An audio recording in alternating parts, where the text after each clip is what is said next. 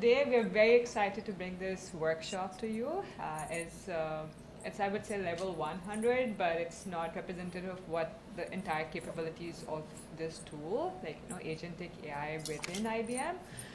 But it's just to give you a small teaser, and the objective is that you get hands-on. If you have some use cases, some capabilities that you want to look into further, we can of course continue the conversation beyond this workshop. But today we just want you to get hands-on and see what can be done, what's art of the possible from this tool, Watsonx.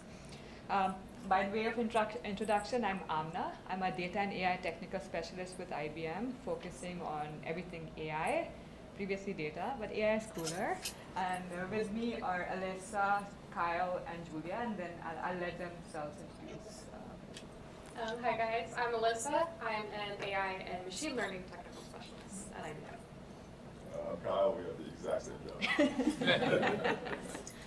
Julia, and I'm also the exact same role. Yeah, we are the dream team, right? So how is everyone feeling today for this particular session? Yeah, I don't like, just make some noise. Yeah, excited? Yes, okay, good. So I've copy-pasted some of the slides that were presented on Monday, so if it's redundant for you, I apologize, but I'll still go through it, right? And maybe like by the raise of hands, who here's hands-on has worked on predictive machine learning models before? Okay. Do you like predictive machine learning models? Okay.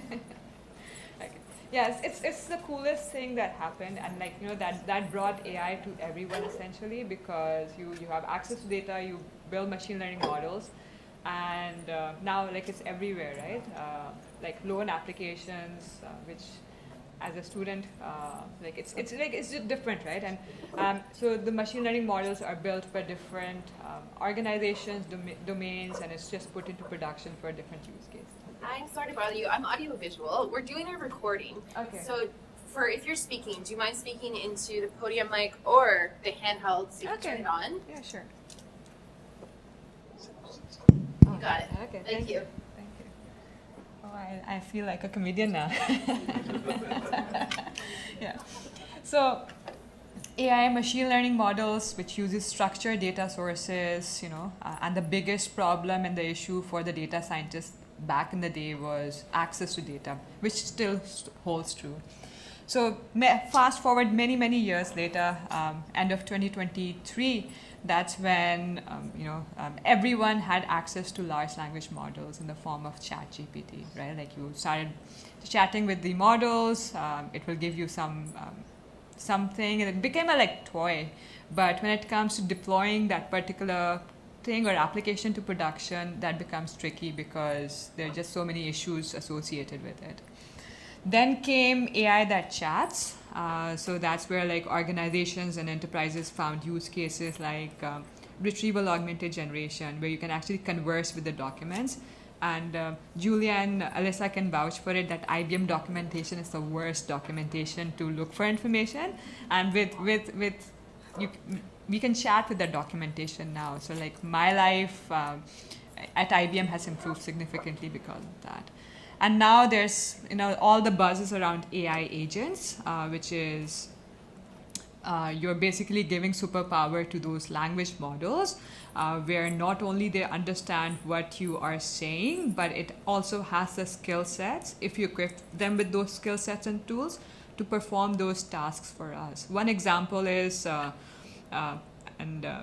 whenever I apply for a vacation, and I just applied for a vacation, compared to 2-3 years ago, where I'll have to go to, let's say, Workday or any employee-centric application, go there, see what my vacation days are, how many vacation days do I have, and then with a few clicks of buttons, I will apply for that vacation. But now that can be done automatically just by the chat interface, where I can just converse with those applications in a natural language, in natural language. So I can just say, apply for vacation on these days. It will do all the due diligence in terms of finding out how many vacation days do I have, and can I apply automatically? And if I can, it will just apply automatically. So yes, I could have done that, but it saved me 5 minutes to do that.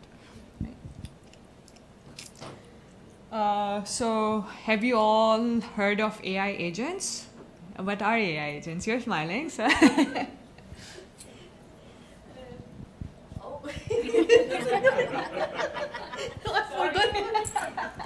It's like this, that's formal definition, but I know it's just the modular thing that Yeah. you can collaborate with that agent to do some tasks. You can, for example, if you have one task, you can split that task into some tasks and ask the AI agent to do that. For example, in my case, I previously did data pre-processing manually by using like Python dash one, Python code, and Yeah. now AI agent can just, you can give the AI agent a raw data set Yeah. and all the pre-processing stuff that you need. AI agent can do that and provide the output that you expected. So it removes so much coding in terms of Yeah. developing something. And so you can also use collaborative agents Yes. to collaborate with each other to get the task done very easily, very automatically, without needing so much code. No, That's absolutely. another side. No, you want to present the rest of the slide deck? No, that was great. That was great. So, and has anyone played with agents before, like tinkered with the open source tools? You have? Which tools have you played with? Open source tools? Yeah, or any tool for that matter. Or MCP? Okay, okay, Or I didn't play with any open source one, but I played with Azure. okay, And Azure MCP server. okay. The one. That's pretty cool. That's pretty cool. So yeah, that's basically, it's just saying what you said, that you agent is an autonomous body which understands you. It identifies what the skills are and the tools are, and based on its understanding, it will autonomously delegate the job to those respective tools, or if it's a collaborator agent, then delegate that job to a collaborator agent, right? But what we are seeing is that everyone now is coming up with an agent, right?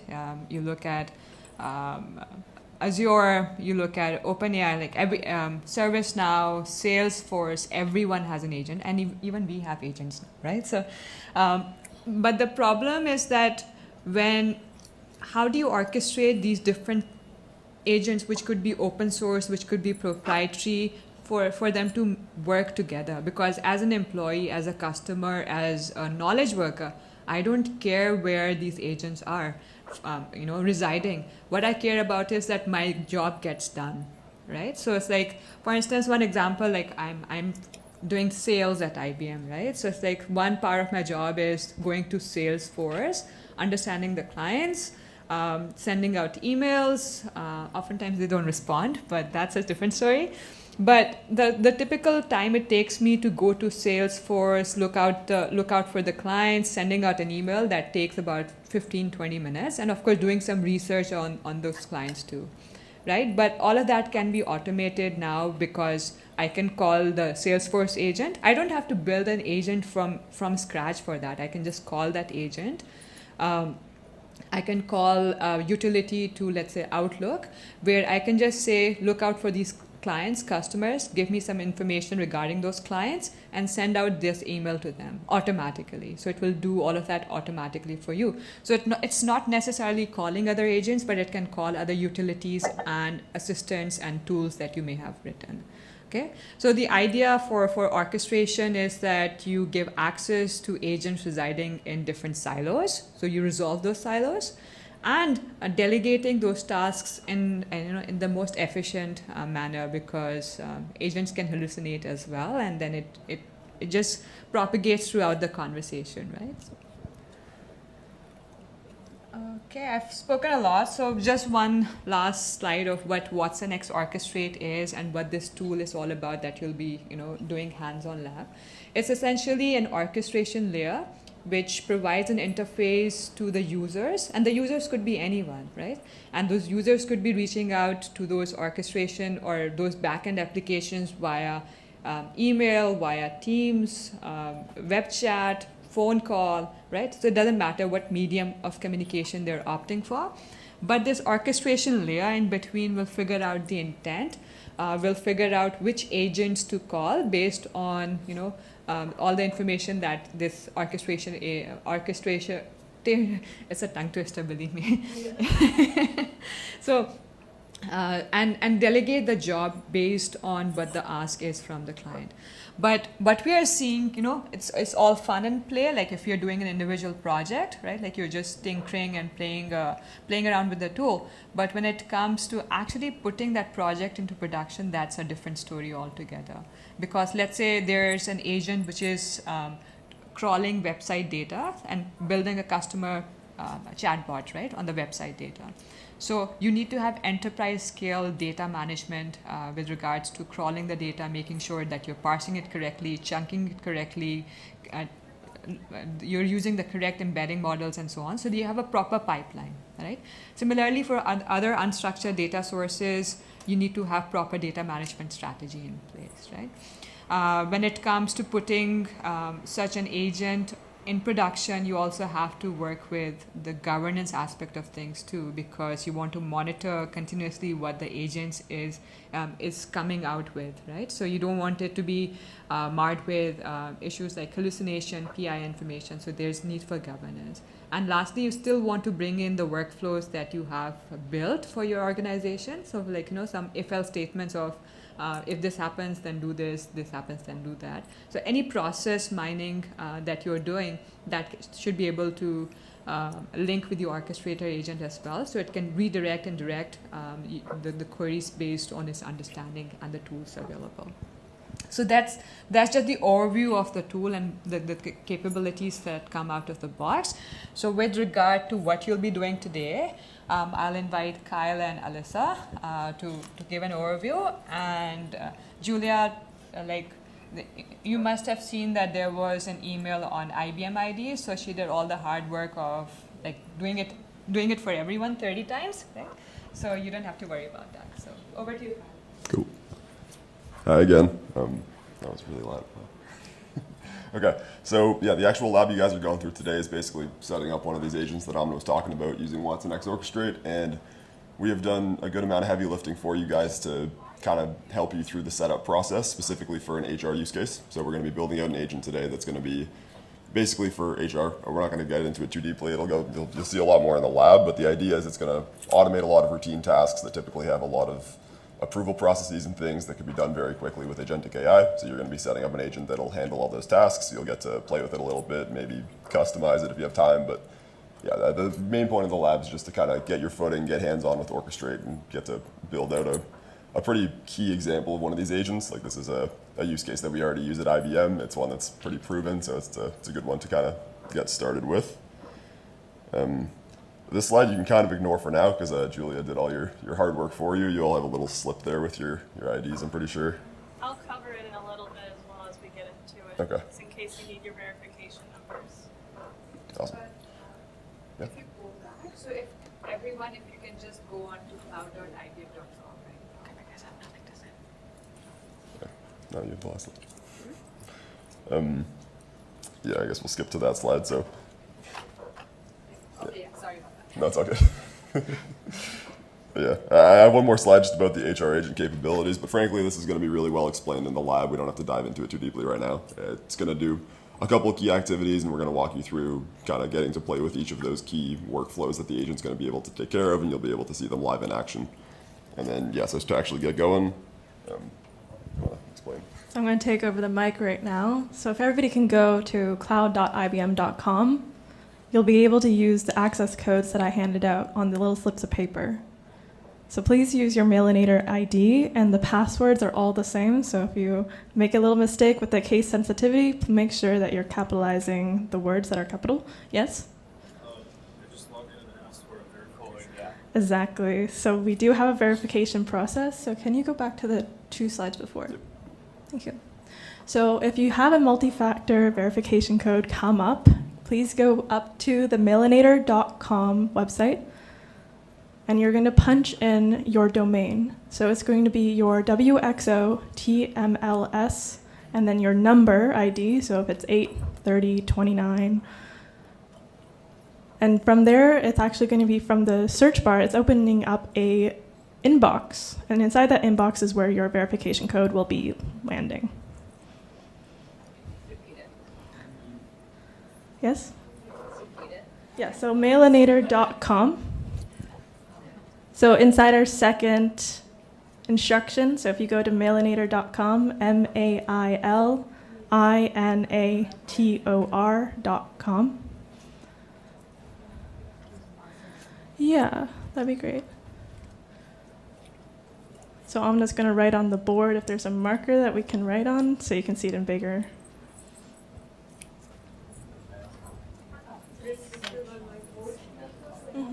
Oh, no.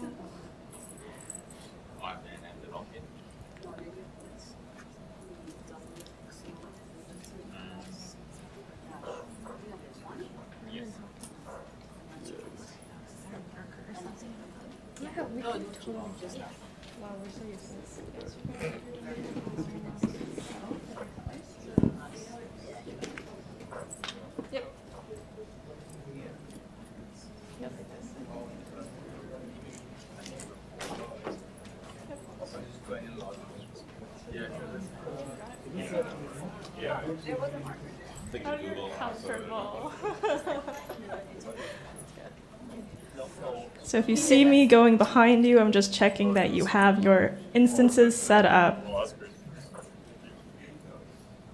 Cloud.ibm.com, so you're at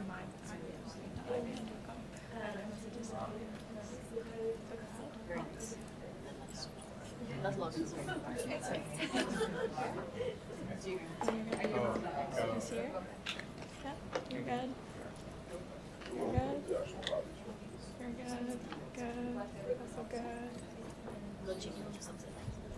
Awesome. I think almost everybody is set up. So I'm going to start handing off the microphone back to Kyle and Alissa. If you do have issues with your environment, please raise your hand and I will come over to you. So from the resource list, just on the left-hand side, there's a navigation menu. Go to resource list. Is everyone able to load that page? Under AI and machine learning, click on Watsonx Orchestrate. And the name would be different, like for everyone, but you can just click on that. Are you able to see that?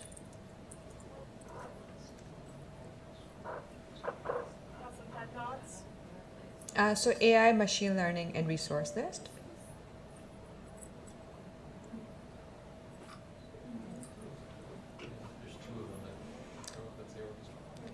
Yeah, so just the Dallas, US South one, you can join that one.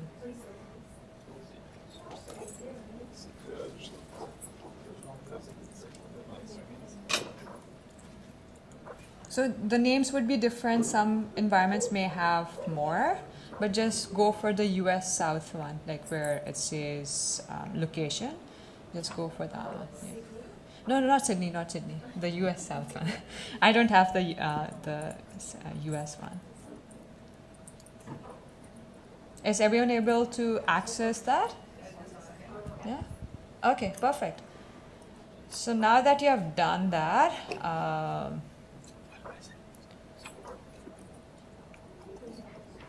you basically have access to the environment and you can access the lab material on this folder. So you can just do biz, and it's case sensitive. So